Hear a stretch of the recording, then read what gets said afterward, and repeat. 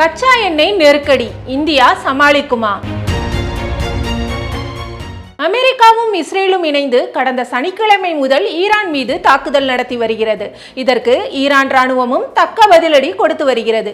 குறிப்பாக வளைகுடா நாடுகளில் உள்ள அமெரிக்க ராணுவ கடற்படை முகாம்கள், தூதரகங்களை குறிவைத்து ஈரான் தாக்கி வருகிறது.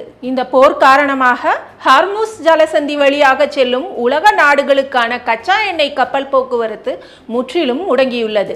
இதனால் கிழக்கு மேற்கு இடையிலான 86% எண்ணெய் விநியோகம் பாதிக்கப்பட்டு எரிசக்தி சந்தை பெரும் நெருக்கடியை சந்தித்துள்ளது. கடற்படை பகுப்பாய்வு நிறுவனங்களான விண்ட்வர்ட் மற்றும் கெப்லர் தரவுகளின்படி இந்த நீர்வழி பாதை அதிகாரப்பூர்வமாக மூடப்படவில்லை என்றாலும் நடைமுறையில் அது முடங்கியே உள்ளது. மார்ச் 1ஆம் தேதி 28 லட்சம் பேரல் எண்ணெயை சுமந்து சென்ற 3 கப்பல்கள் மட்டுமே ஹார்முஸ் ஜலசந்தியை கடந்தன.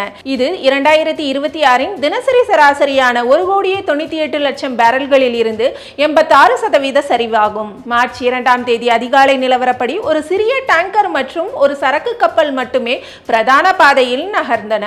ஈரான் நாட்டை சேராத சுமார் 706 டேங்கர் கப்பல்கள் தற்போது ஜலசந்தியின் இருபுறமும் வரிசையாக நிற்கின்றன. இதில் 334 கச்சா எண்ணெய் தாங்கிகள், 109 கச்சா எண்ணெய் சுத்திகரிப்பு பொருட்கள் கொண்ட கப்பல்கள் மற்றும் 263 சுத்திகரிக்கப்பட்ட எரிபொருள் கப்பல்கள் அடங்கும். மேலும் 26 கப்பல்கள் சரியான இலக்கின்றி வளைகுடா பகுதிக்குள் மிதக்கின்றன.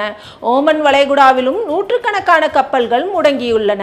எண்ணெய் சந்தையில் இதன் தாக்கம் உடனடியாக பிரதிபலித்தது. சவுதி அரேபியாவில் ராஸ் தனுராஸ் சுத்திகரிப்பு நிலையம் மற்றும் கத்தாரின் LNG ஆலை மீதான தாக்குதல்களை தொடர்ந்து பிரெண்ட் கச்சா எண்ணெய் விலை 10% உயர்ந்து ஒரு பேரல் $80 ஐரோப்பிய எரிவாயு விலை 40% அதிகமாகவும் உயர்ந்தது. இந்த முடக்கம் சில நாட்களுக்கு தொடர்ந்தால் கப்பல்களின் வரிசை அதிகரிக்கும் மற்றும் விநியோகமும் முற்றிலும் சீர்குலையும். வளைகுடா நாடுகளுக்கு செல்லும் கப்பல்களுக்கான காப்பீட்டு தொகை ஏற்கனவே பல மடங்கு உயர்ந்துள்ளது. இது உலகளாவிய எரிபொருள் விலையில் பெரும் உயர்வை ஏற்படுத்தும் என்பது குறிப்பிடத்தக்கது.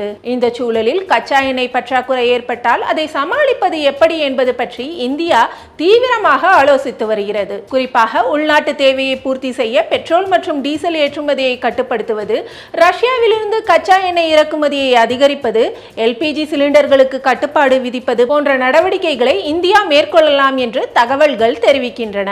இதுபோல இந்தியன் ஆயில், HPCL, BPCL ஆகிய அரசு நிறுவனங்களின் குறிப்பிட்ட சில ஆலைகள் LPG உற்பத்தியை அதிகரிக்க தொடங்கி இருப்பதாகவும் கூறப்படுகிறது. இதனிடையே மத்திய பெட்ரோலியத்துறை அமைச்சர் ஹர்தீப் சிங் புரி கச்சா எண்ணெய் விநியோகம் பற்றி ஆய்வு செய்தார். பின்னர் அவர் எக்ஸ் தளத்தில், நாங்கள் நிலைமையை உன்னிப்பாக கவனித்து வருகிறோம், நாட்டின் எரிபொருள் தேவையை பூர்த்தி செய்ய அனைத்து அவசியமான நடவடிக்கைகளும் எடுக்கப்படும் என பதிவிட்டுள்ளார். இந்தியா தனது பெட்ரோல் உற்பத்தியில் 1/3 பங்கையும், டீசல் உற்பத்தியில் 4/1 பங்கையும் ஏற்றுமதி செய்கிறது.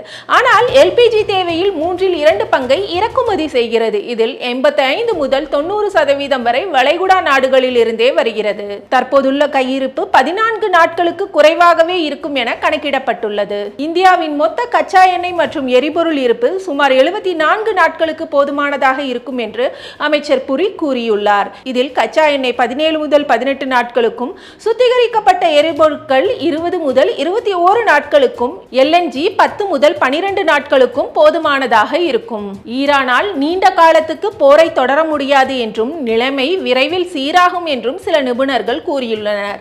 அதே நேரம் மேற்கு ஆசிய போர் சில வாரங்களுக்கு நீடிக்கலாம் என்று அமெரிக்க அதிபர் டொனால்டு ட்ரம்ப் எச்சரித்துள்ளார். இதனால் இந்தியா தனது எரிபொருள் பாதுகாப்பை உறுதி செய்வதில் கடும் சவால்களை சந்திக்க வேண்டியிருக்கும் என தெரிகிறது.